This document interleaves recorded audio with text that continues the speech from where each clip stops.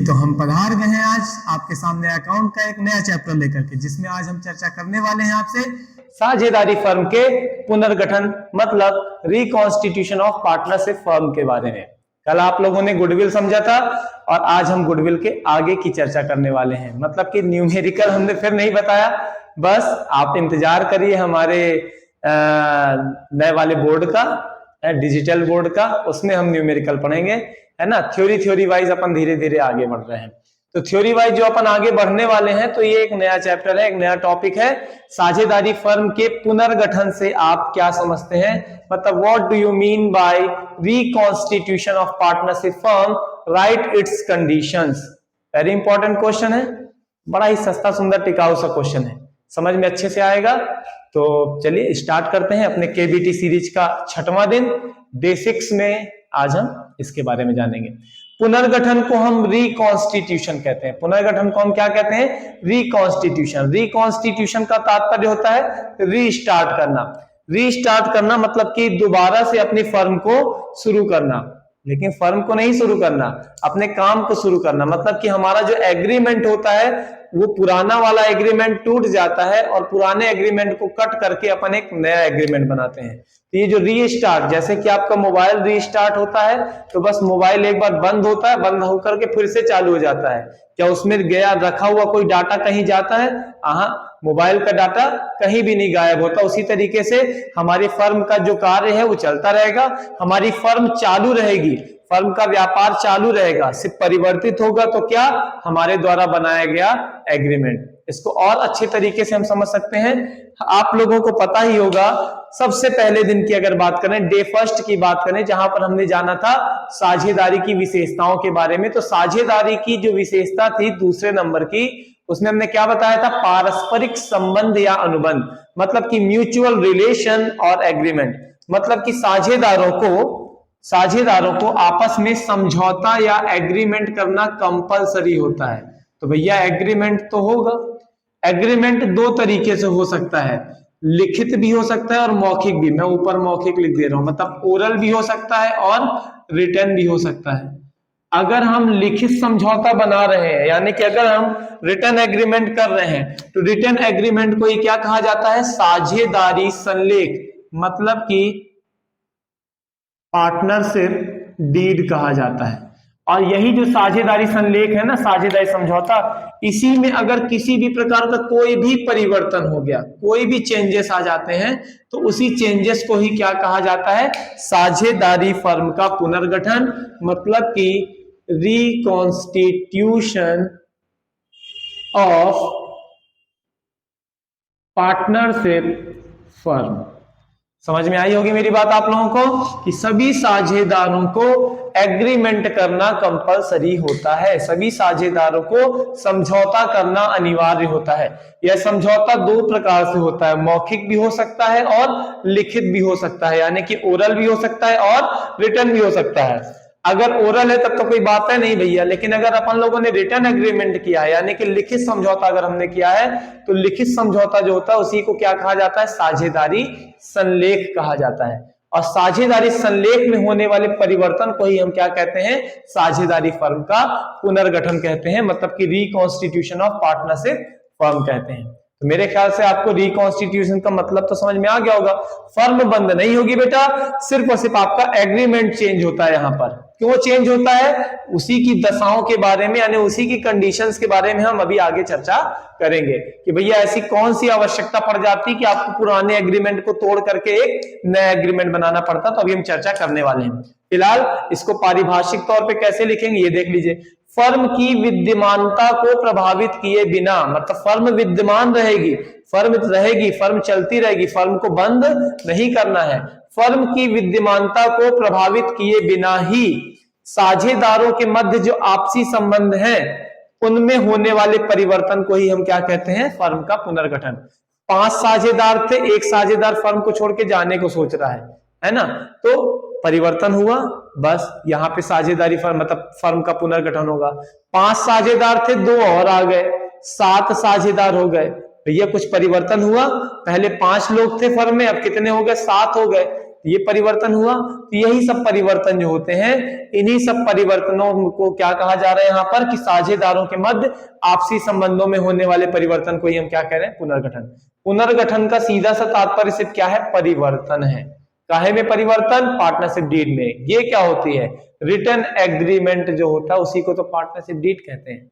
समझ में आ गया होगा।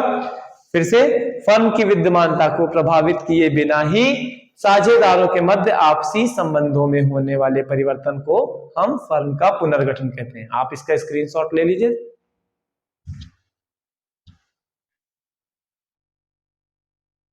चलिए, तो अब हम आ चुके हैं अपने इसी प्रश्न के अगले पार्ट की ओर, यानी कि फर्म का पुनर्गठन किन दशाओं में किया जाता है, मतलब कि इसकी कंडीशंस क्या क्या होती हैं। जो रिकॉन्स्टिट्यूशन किया जाता है, रिकॉन्स्टिट्यूशन की कंडीशंस क्या क्या होती हैं।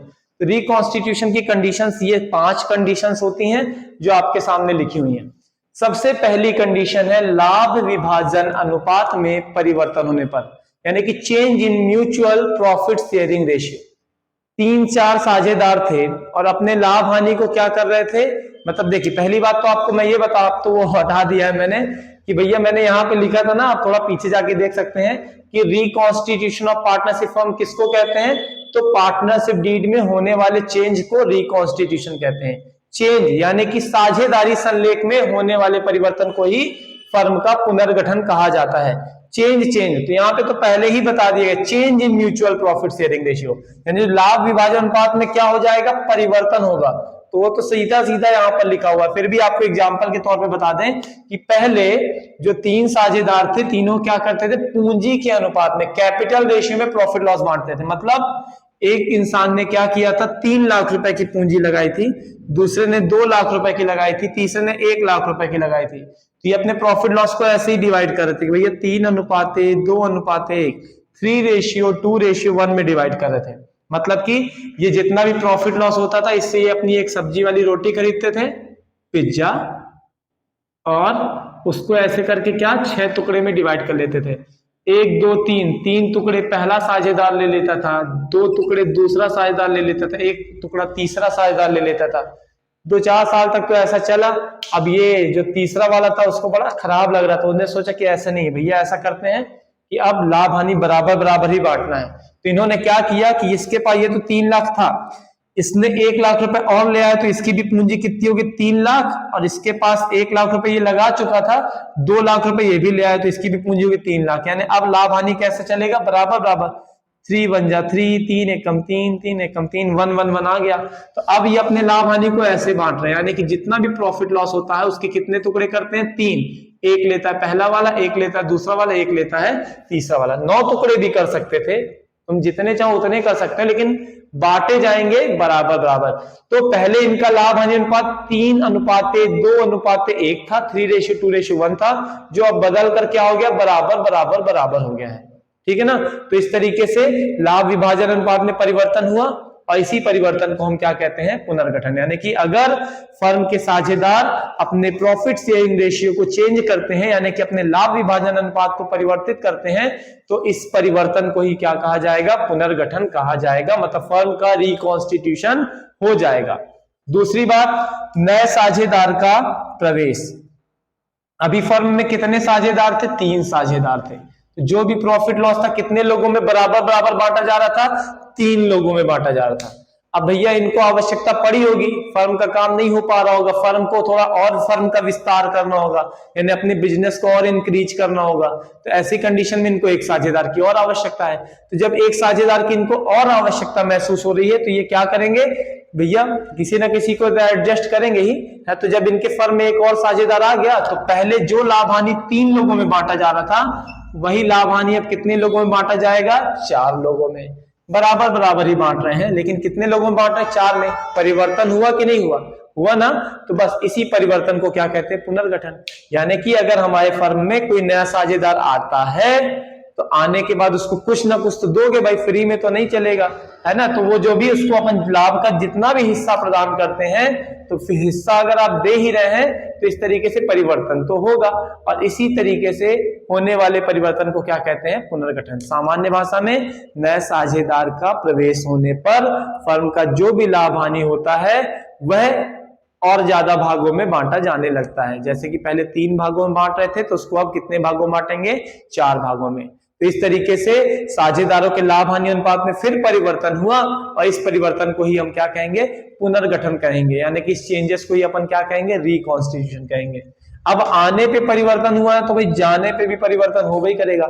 साझेदार की निवृत्ति, विद्यमान साझेदार का तात्पर्य ऐसा साझेदार जो फर्म में विद्यमान है।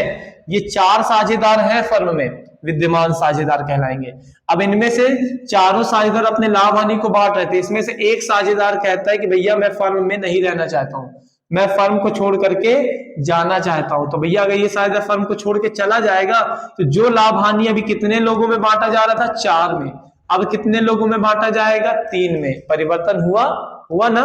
तो इसी परिवर्तन को अपन क्या कहेंगे, पुनर्गठन कहेंगे, रिकॉन्स्टिट्यूशन। तो अगर कोई साझेदार फर्म से निवृत्ति, यानी फर्म का विद्यमान साझेदार, दूसरी फर्म का साझेदार नहीं, अपनी ही फर्म में जो साझेदार विद्यमान है, अपनी ही फर्म में जो पार्टनर एग्जिस्ट करता है, उसकी बात हो रही है कि अगर वो फर्म से निवृत्ति यानी कि रिटायरमेंट लेना चाहता है, मतलब अवकाश ग्रहण करना चाहता है, तो ऐसी दशा में भी फर्म के लाभ हानि अनुपात में परिवर्तन होता है और इस परिवर्तन को ही हम क्या कहते हैं, फर्म का पुनर्गठन कहते हैं।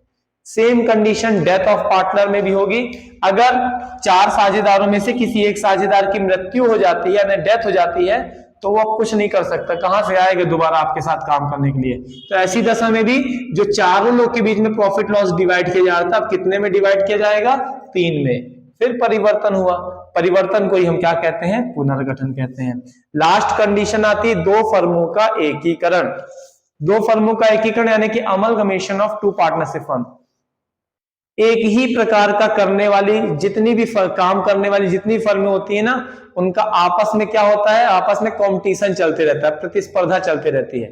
यानी कि अगर बर्तन वाली दुकान है तो उसकी लड़ाई बर्तन वाले से ही होगी, और एक बर्तन की दुकान है, एक कपड़े की दुकान है, तो दोनों में कोई दिक्कत नहीं होगी कि इसके यहाँ दुकान में कस्टमर ज्यादा आ रहे हैं कि इसकी दुकान में ज्यादा आ रहे हैं, कि झोला भर भर के सामान खरीद के लेके जा रहे हैं, कोई समस्या नहीं होती। समस्याएं कहां होती हैं, जब एक ही प्रकार का व्यापार करने वाली 2 या 2 से ज्यादा फर्में होती हैं, है ना।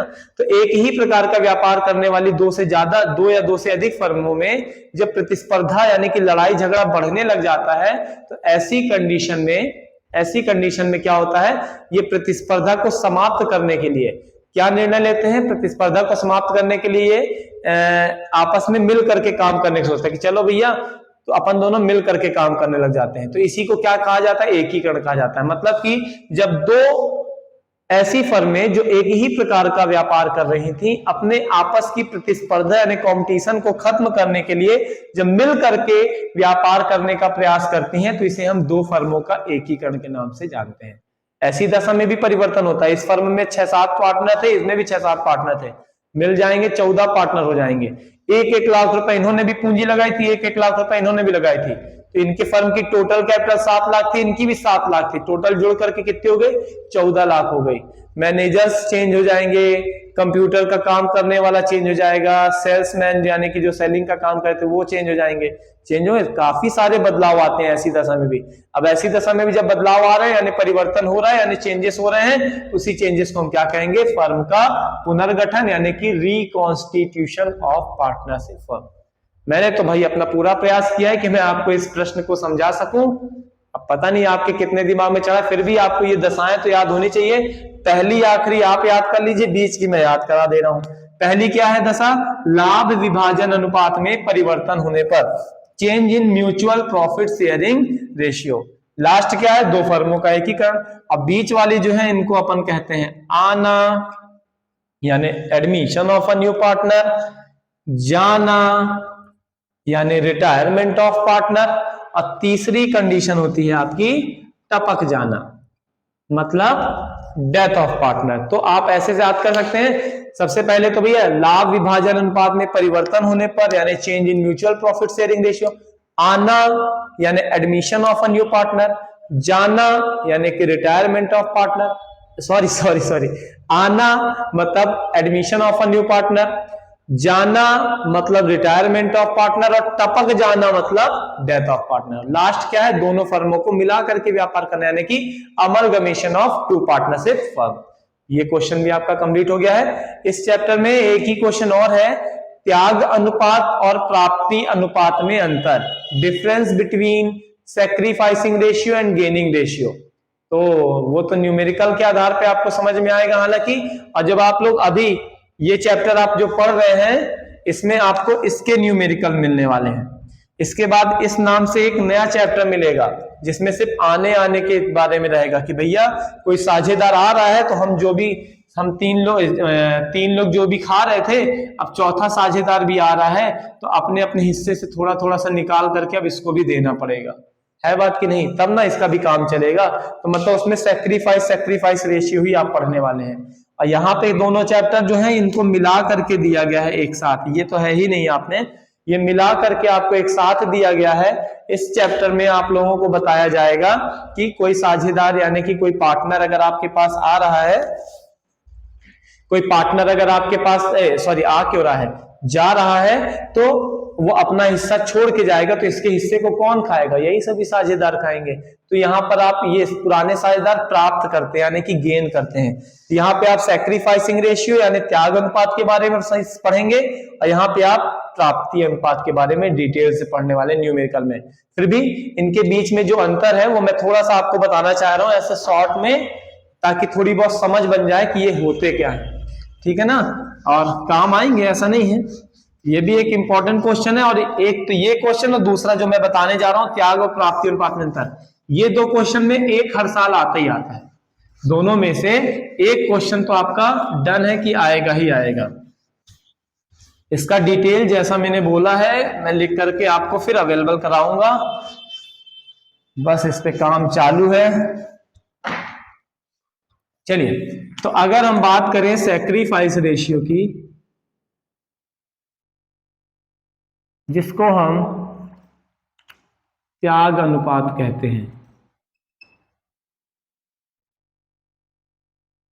और बात करें अगर गेनिंग रेशियो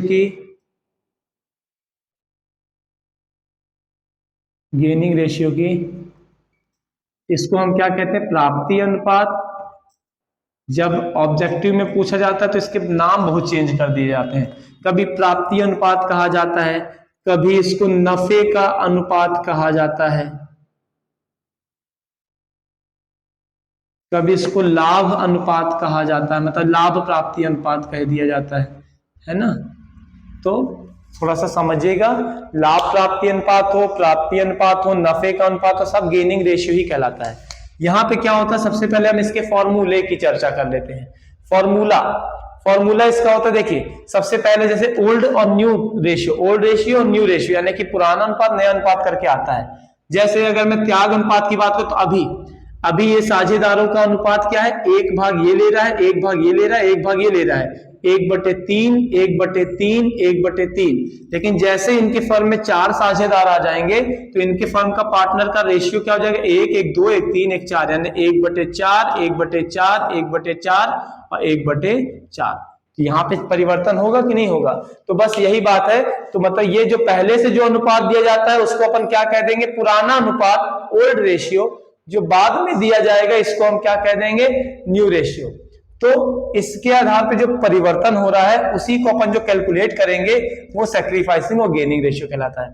अगर हमको सैक्रिफाइसिंग रेशियो का फॉर्मूला लिखना है तो सैक्रिफाइसिंग रेशियो का फॉर्मूला होता है old ratio minus new ratio, यानी कि पुराना लाभ विभाजन अनुपात माइनस नया लाभ विभाजन अनुपात। और अगर अपन को गेनिंग रेशियो निकालना है तो गेनिंग रेशियो का फॉर्मूला हो जाता है new ratio minus old ratio, यानी कि नया लाभ विभाजन अनुपात माइनस पुराना अनुपात। तो इस तरीके से सबसे पहली बात तो फॉर्मूले की आ जाती है। अभी जो मैंने आपको और पिछले चैप्टर अभी जो टॉपिक्स लिखे हुए थे उसमें मैंने जो बताया बस वही बात और बताने जा रहा हूं कि भैया त्याग कब किया जाता है, तो जब हमारे फर्म में कोई नया साझेदार आता है।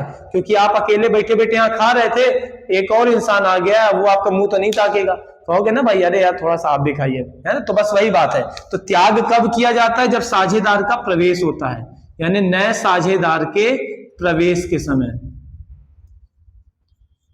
नए साझेदार के प्रवेश के समय, यानी कि जब एडमिशन होता है, एडमिशन ऑफ न्यू पार्टनर तो ऐसी जो कंडीशन होती है तो उसमें क्या होता है, त्याग करना पड़ता है। तो त्याग अनुपात की गणना कब की जाती है, तो नए साझेदार के प्रवेश के समय त्याग अनुपात की गणना की जाती है। और बात आ रही है प्राप्ति अनुपात, भैया कब प्राप्त करते हो, तो जब 4 साझेदार थे, एक साझेदार फर्म को छोड़ के चला गया, या एक साझेदार फर्म को छोड़ के बिल्कुल ही चला गया, यानी कि रिटायरमेंट की कंडीशन में और डेथ की कंडीशन में। तो रिटायरमेंट ऑफ पार्टनर और एंड डेथ ऑफ पार्टनर, मतलब कि निवृत्ति की दशा में एवं मृत्यु की दशा में। ये मैंने 2 छोटे छोटे बता दी, बाकी आप लोग को जब इस चैप्टर को अच्छे से क्लियर करेंगे तो आप लोगों से ये भी बन जाएगा, है ना।